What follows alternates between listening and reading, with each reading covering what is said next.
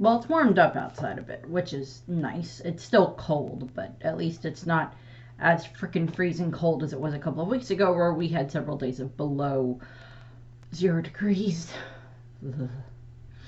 Yeah, that cold. Um, so, time to talk about some very gullible little dwarves. Time to talk about the Tontatta Kingdom. So, in One Piece, we have Dressrosa, which is this big, very well-known kingdom in regards to, you know, they're part of the world's government and everything like that. And then they have this little adjacent island that is called Greenbit. And on Greenbit, underneath it, there is the Tontatta tribe, or the Tontatta Kingdom, which is this tribe of dwarves ruled by King Gancho. And of course, his daughter, Princess Mosheri. Mancherry, Mosheri, whichever. They're kind of playoffs of each other anyway for how it's pronounced. And throughout the course of the Dressrosa arc, we get to learn the history of the Tontatta tribe. The thing is, we actually learned about them a lot earlier on in the series because of Nolan, because one of his adventures involved him going to where the Tontatta tribe was on Greenbit, some 400 years ago, and interacting with them and bringing pumpkin seeds with him and introducing pumpkins to them, which now, of course, they grow quite abundantly. Also, in regards to Greenbit, because of the fact that the dwarves are so good at growing things, that that's part of their power, or one of their talents, that they're so good at growing things, they have these huge plants all over the island of Greenbit that make it look very uninhabitable because the plants are so large. And unfortunately, a good chunk of the island kind of does get destroyed during the fight between Law, Doflamingo, and Fujitora. So unfortunately, that's the case. But I would assume that the Tontatta would be able to work on trying to, regrow everything or use what they have and everything like that. We also know that they are quite strong in the fact that they hunt the fighting fish as well, and take care of them, and use them as a food source and everything. So, a little bit of trivia about them first before I go into the actual history of the kingdom, and then talk about King Gancho and Princess Mosheri. So, in regards to some trivia about the tribe, and this is one of the things that is quite obvious, they are based off of the Tottenham, which is the name of the town on the west coast of Lilliput in Henry Winterfield's Castaways and Lippet in the sequel to Jonathan Swift's Gulliver's Travels. So, Gulliver's Travels is, of course, this book about this guy that goes to all these different fantastical places and everything like that. And one of the things that happens is, of course, he runs into these little tiny dwarves, little tiny fairy folk that end up tying him to the ground, which is, of course, that is, replicated when we see that happen with Robin. Where, because of Leo's power, they're able to, sew her to the ground. I'm not going to talk about Leo a whole lot in this, beyond, his role in helping protect Mosheri and helping protect the kingdom. But I do have another whole video where I talk very much about Leo and Mosheri, where I believe I talked about them as a couple. I think I did that. I think that's a video I made at some point. Either way, I believe I've at least mentioned them at some point in other videos. So I'm not going to go too into detail on him. On Leo, Mosheri will get a little bit more talked about in this, simply just because of the fact that she's the princess and I'm talking about royalty.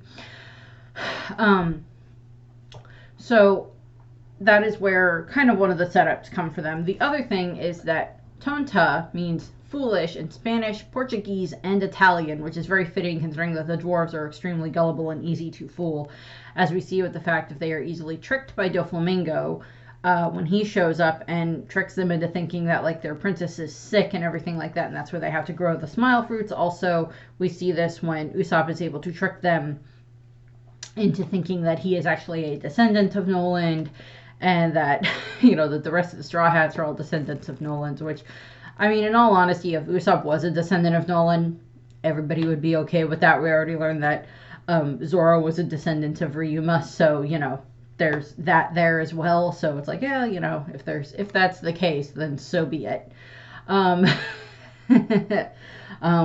Whether or not we find out any other interesting ones that would make sense for ones that the Straw Hats are descendants of, That would be interesting, but we'll see what happens there.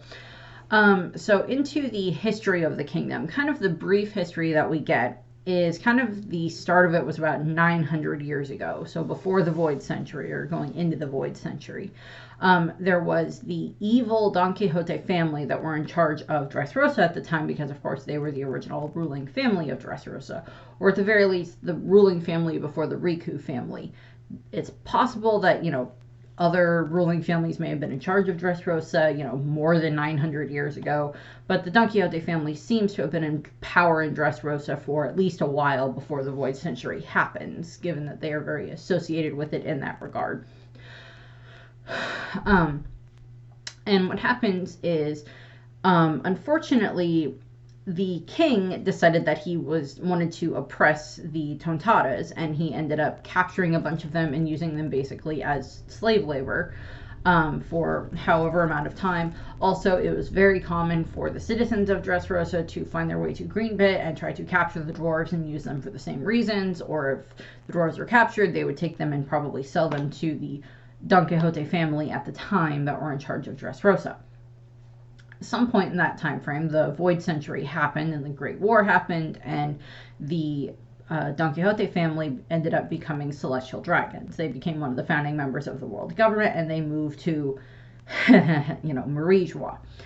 And after that, the Riku family took over. And as a way of making amends at the time, the king at the time actually went and very humbly, removed his crown and bowed very, very humbly to the dwarves, to the Tontatta dwarves, and begged their forgiveness and asked for them to help protecting the island and allowing them to take anything that they want from Dressrosa. I guess that was like a form of compensation, or reimbursement, different things along those lines. Take your pick. And what ended up happening is, of course, during that time frame, over the next 800-ish years, the Tontattas and the royal family of Dressrosa, the Riku family, actually have a pretty good relationship, and the dwarves end up setting up their home on Greenbit.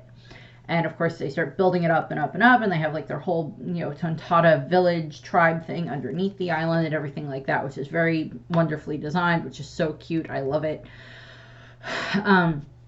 And of course, throughout that time frame, they do kind of end up being this kind of mystery to the people of Dressrosa. They are these fairies that run around Dressrosa and take objects that they wish. And for the most part, the people of Dressrosa are perfectly fine with it. They're just oh, it's the fairies. They take things every now and then they make the flowers exceedingly beautiful, which is probably one of the exports of Dressrosa, are their beautiful flowers. In regards to that, since we never really learned what one of the exports from Dressrosa is, I'm going to go with some of their flowers.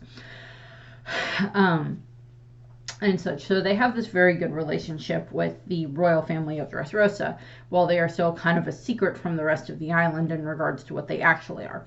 Then some 400 years ago, as I mentioned, Mont Blanc Noland,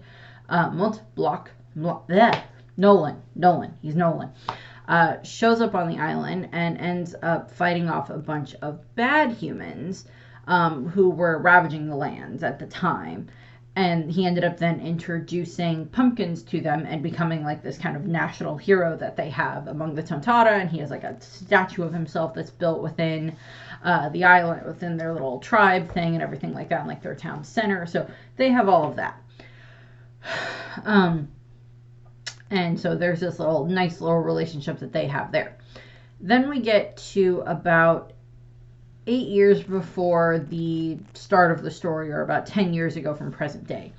And during this time frame, what ends up happening is Doflamingo arrives in Dressrosa, and because of the Night of Terror, as I keep referring to it as, in regards to him showing up and trying to, trick Riku for the money, and then using his parasite threads to, puppeteer Riku and the rest of the, and a bunch of the guards and everything like that.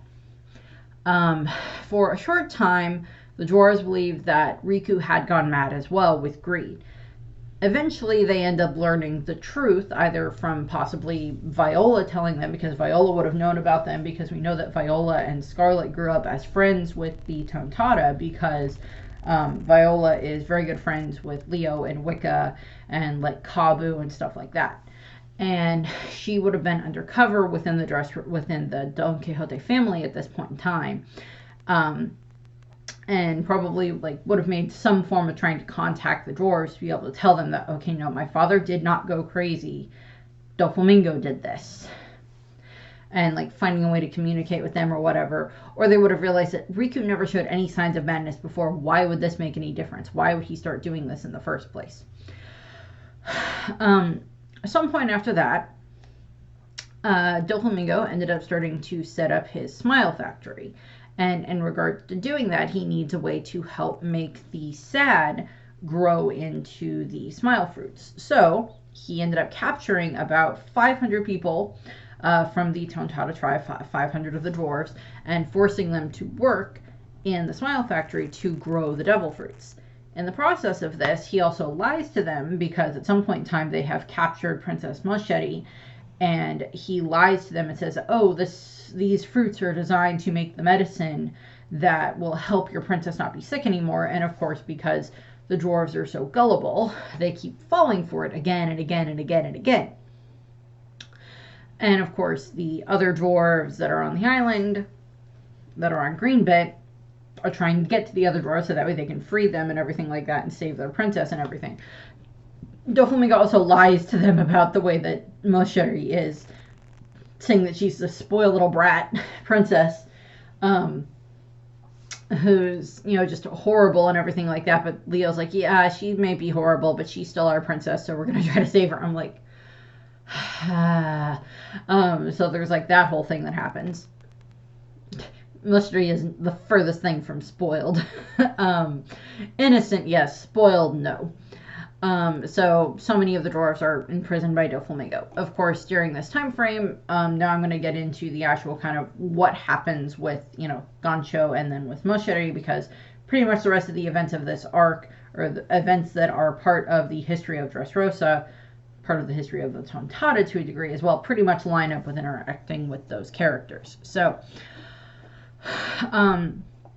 in regards to their royalty, they have their Tonta chief Gancho, whatever his name is. I kind of would have thought it was funny if it was like Groucho, as in like Groucho Marx, but that's not the case.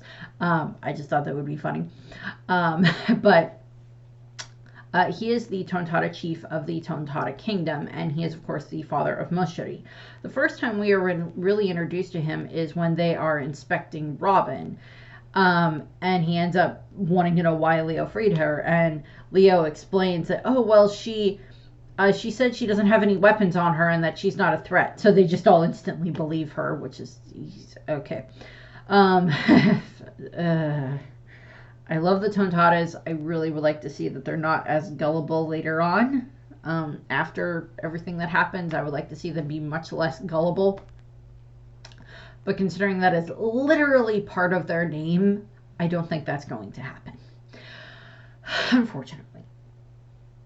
But we are introduced to the king, and he's not particularly involved through most of this. He kind of ends up, he believes that Usopp claims to be a descendant of Noland, and that him and, Robin are their friends, and that they're trying to help Dressrosa and everything like that, and trying to help take down the Don Quixote family and everything like that.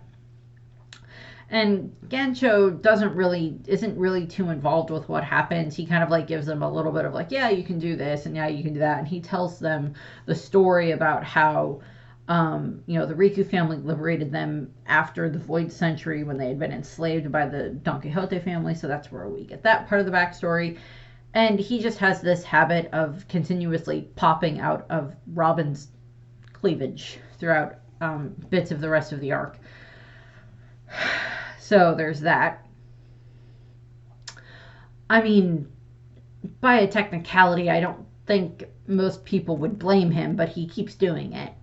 And of course, he's very happy when he gets to be reunited with Mosheri and everything like that. And he's, one of the ones that explained to them, oh yes, we can trust the Thunder Soldier, trust Kyros and everything like that. And he explains that he is very ashamed of having doubted Riku in the first place, because you would think that both Riku and Gansho would have been pretty close, since they are both, respective kings of their people. And Gansho does seem to care about his people quite a bit, because he does want to protect them and he wants to get his daughter back and that type of thing.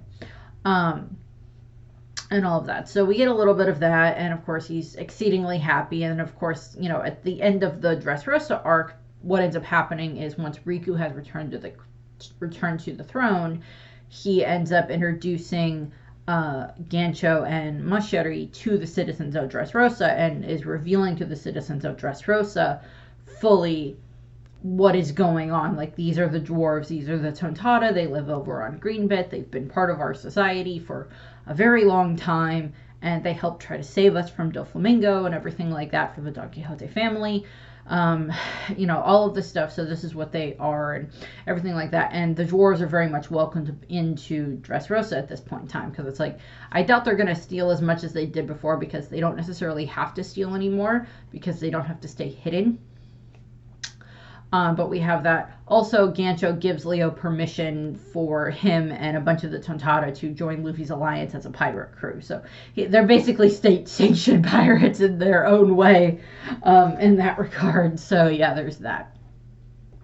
Also, we never get Gansho's age. I looked and checked, and I couldn't find anything that stated his age, but given the fact that Mashiri is like 25, and he's probably supposed to be maybe a little bit younger than Riku, if not around the same age, he's probably in his 60s, because that tends to be the way that he's drawn, is how Oda kind of tends to draw some of the men into their 60s to a degree. We never see Gansho fight, so we don't know if he has any form of like fighting skills. I would assume he can do like, how the Tontattas are much stronger than they appear to be, just because like Tontattas are able to be very strong. Like, they have like their tails that they're able to use as weapons, as like bludgeoning weapons, blunt force weapons, and everything like that. But I don't really think we ever find out if he's able to fight or anything like that. That doesn't seem to be a qualification for being the king.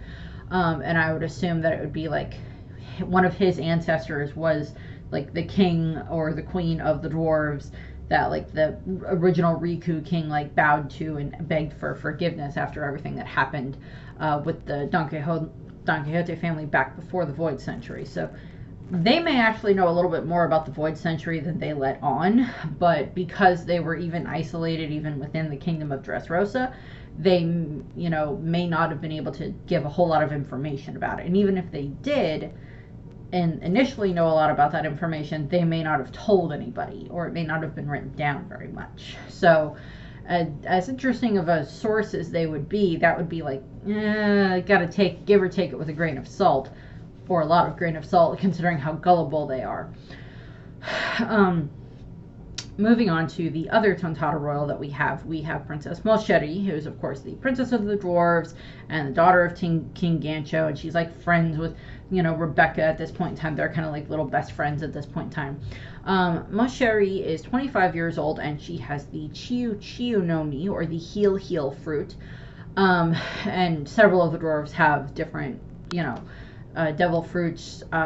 Leo of course has the Stitch fruit, and Bane and Kabu have their respective insect fruits with like Hornet and Beetle and everything like that. So a bunch of them have, she's not the only dwarf that has a devil fruit. And her fruit of course allows her to heal people and heal wounds and everything like that. Sometimes on a massive scale to a degree, sometimes on a smaller scale, give or take what she's trying to do. We do see throughout the course of the arc that the fruit does have its limitations and what it is allowed to do depending on what it is that she's trying to heal, which makes sense, because even in regards to like the, some people would say that, oh, this is like the downgraded version of like the Op no Mi of what Law has, but I would say, well, I mean, maybe a little bit, but not necessarily, because while Law's fruit can be used to heal in certain ways and everything like that, it is designed to be something that like a doctor uses in like an operating room setup. he's not literally able to just like cry on the patient or whatever the way that Mosheri is and heal them, or touch them and heal them. Yes, he can remove the different abnormalities that would be inside of them and everything like that, like he did with himself and with the kids from Punk Hazard, but Mosheri probably would have been able to do it in a slightly less technically gory, violent way of doing it. So, you know, we see her use her healing powers throughout the arc and everything like that, and it's one of the reasons that Doflamingo wanted to capture her in the first place, is because she had her healing powers. So, as I said, she's 25 years old, so about 10 years before the current storyline, she was 500 dwarves, including her, were kidnapped by the Don Quixote pirates, and then she is used basically as this kind of she's basically used as to be held captive, so that way the other dwarves will continue to work and you know, grow the smile fruits and everything like that. As I mentioned, he also keeps her on hand, so that way he is able to use her healing abilities if they come in necessary. Which, I mean, you know, as horrible of a person as Doflamingo is, he is very smart and very strategic when it comes to a lot of different things, and we see that even throughout the course of, like, when we learn about his whole plan in the Dressrosa arc, and him, like, you know, oh, we're going to keep all these ones around, these ones are useful, and everything like that.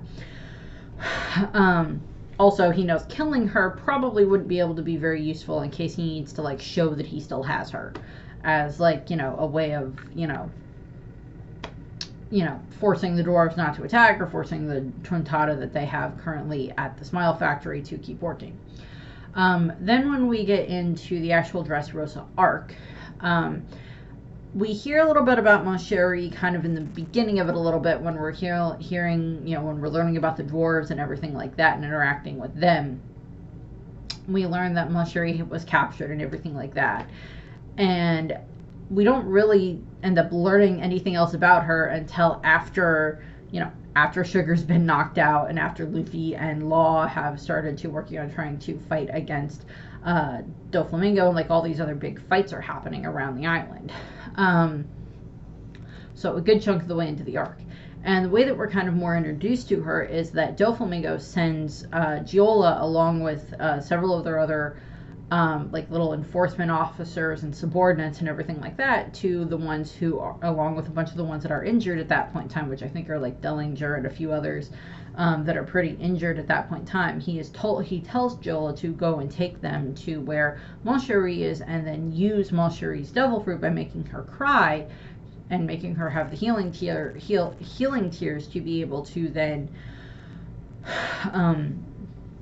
heal their injured comrades and everything like that.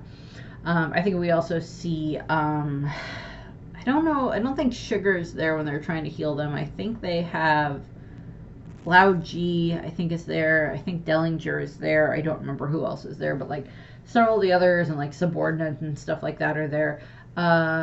Senor Pink might be there. They might be trying to heal Senor Pink, but I don't remember exactly off the top of my head.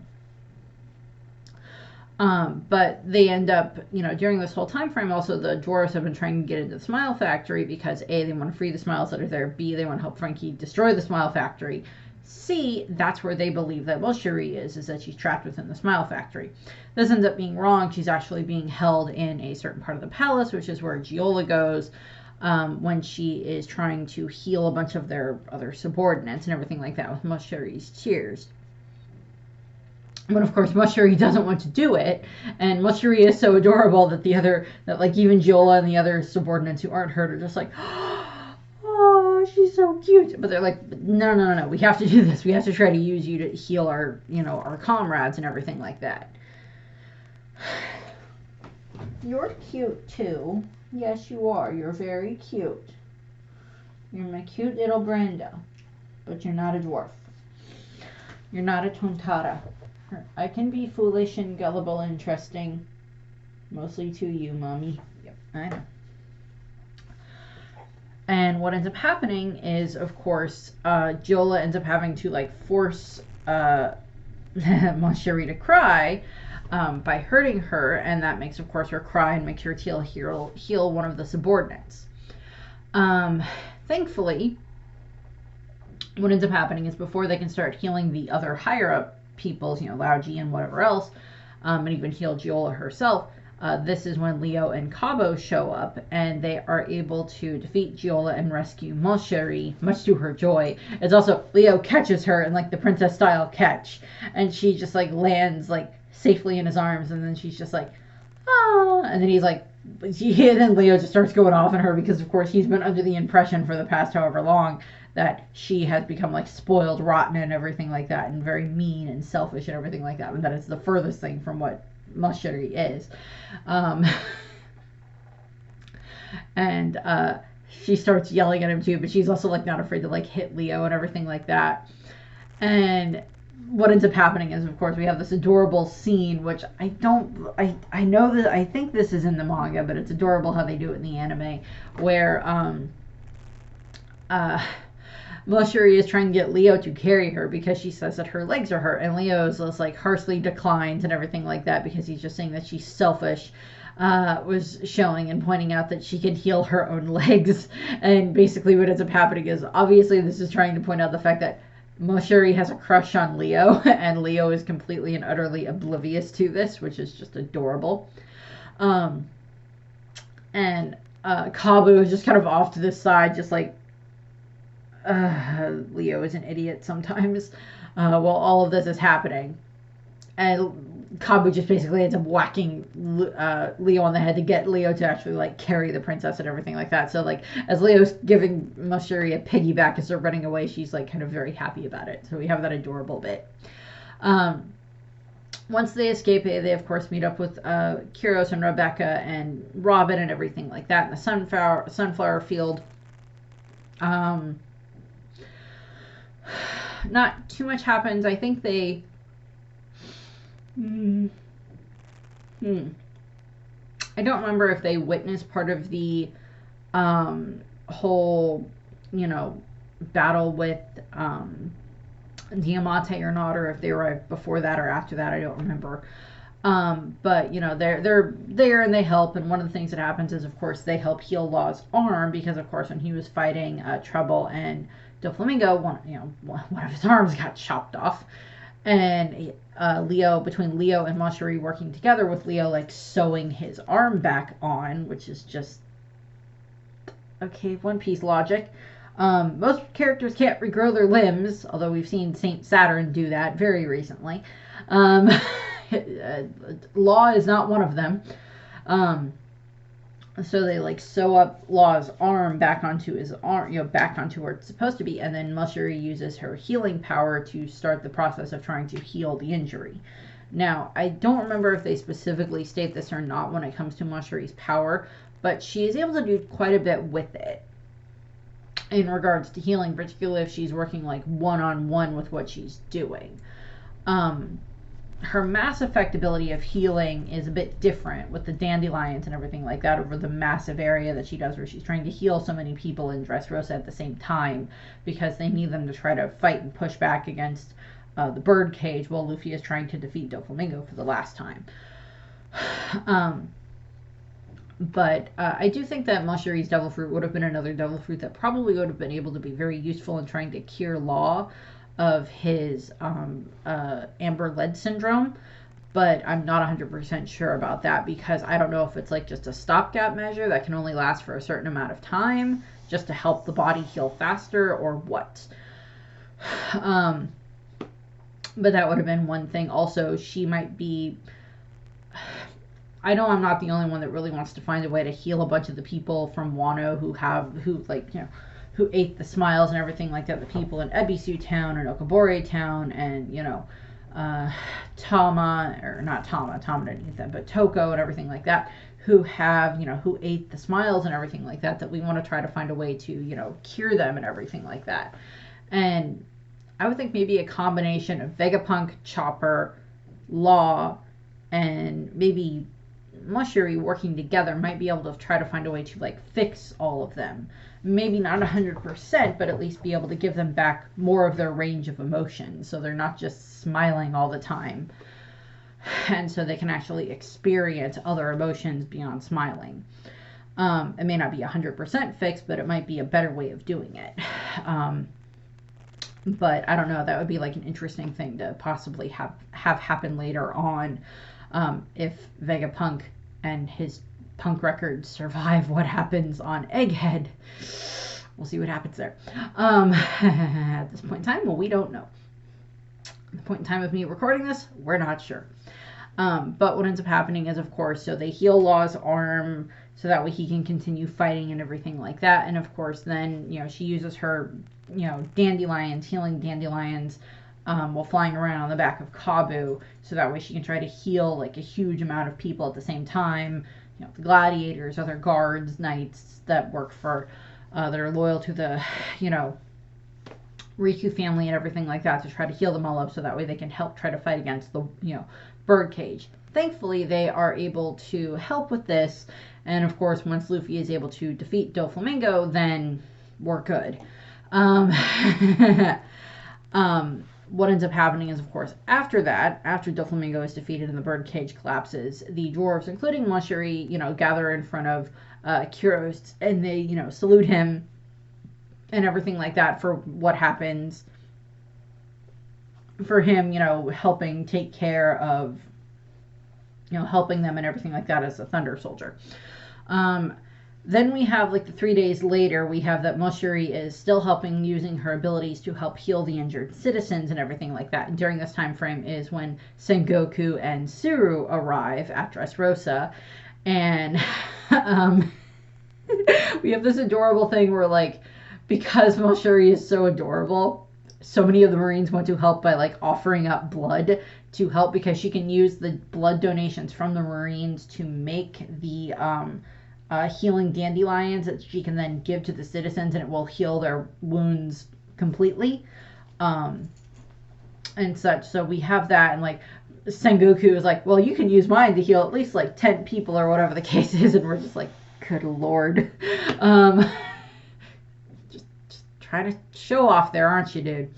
And everything like that. So he just, he wants to help her and everything like that.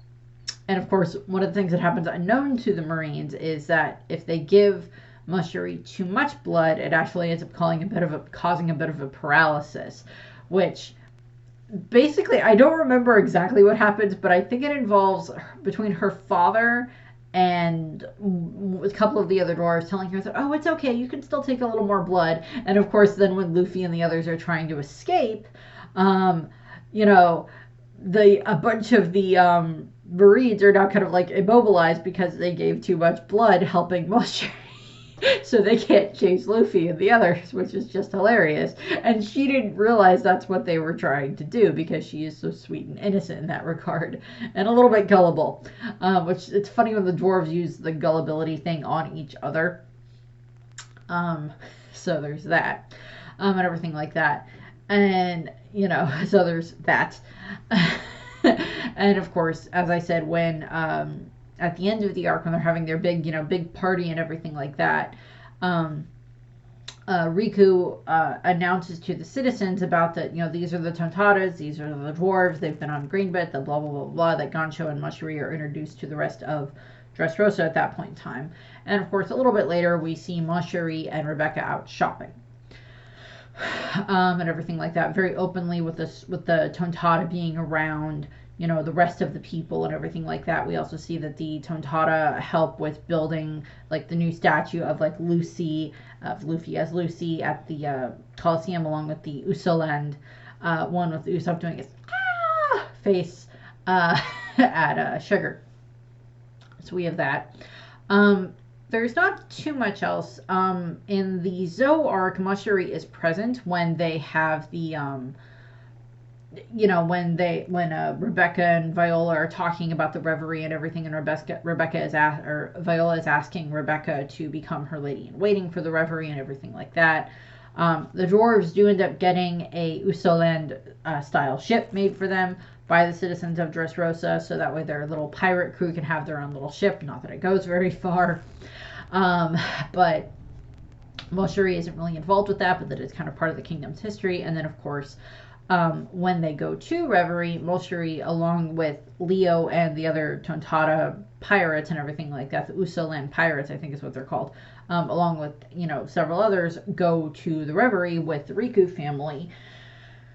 And, so they're really happy to read about, like, Luffy's exploits and everything like that with what happened in Totland and all of that.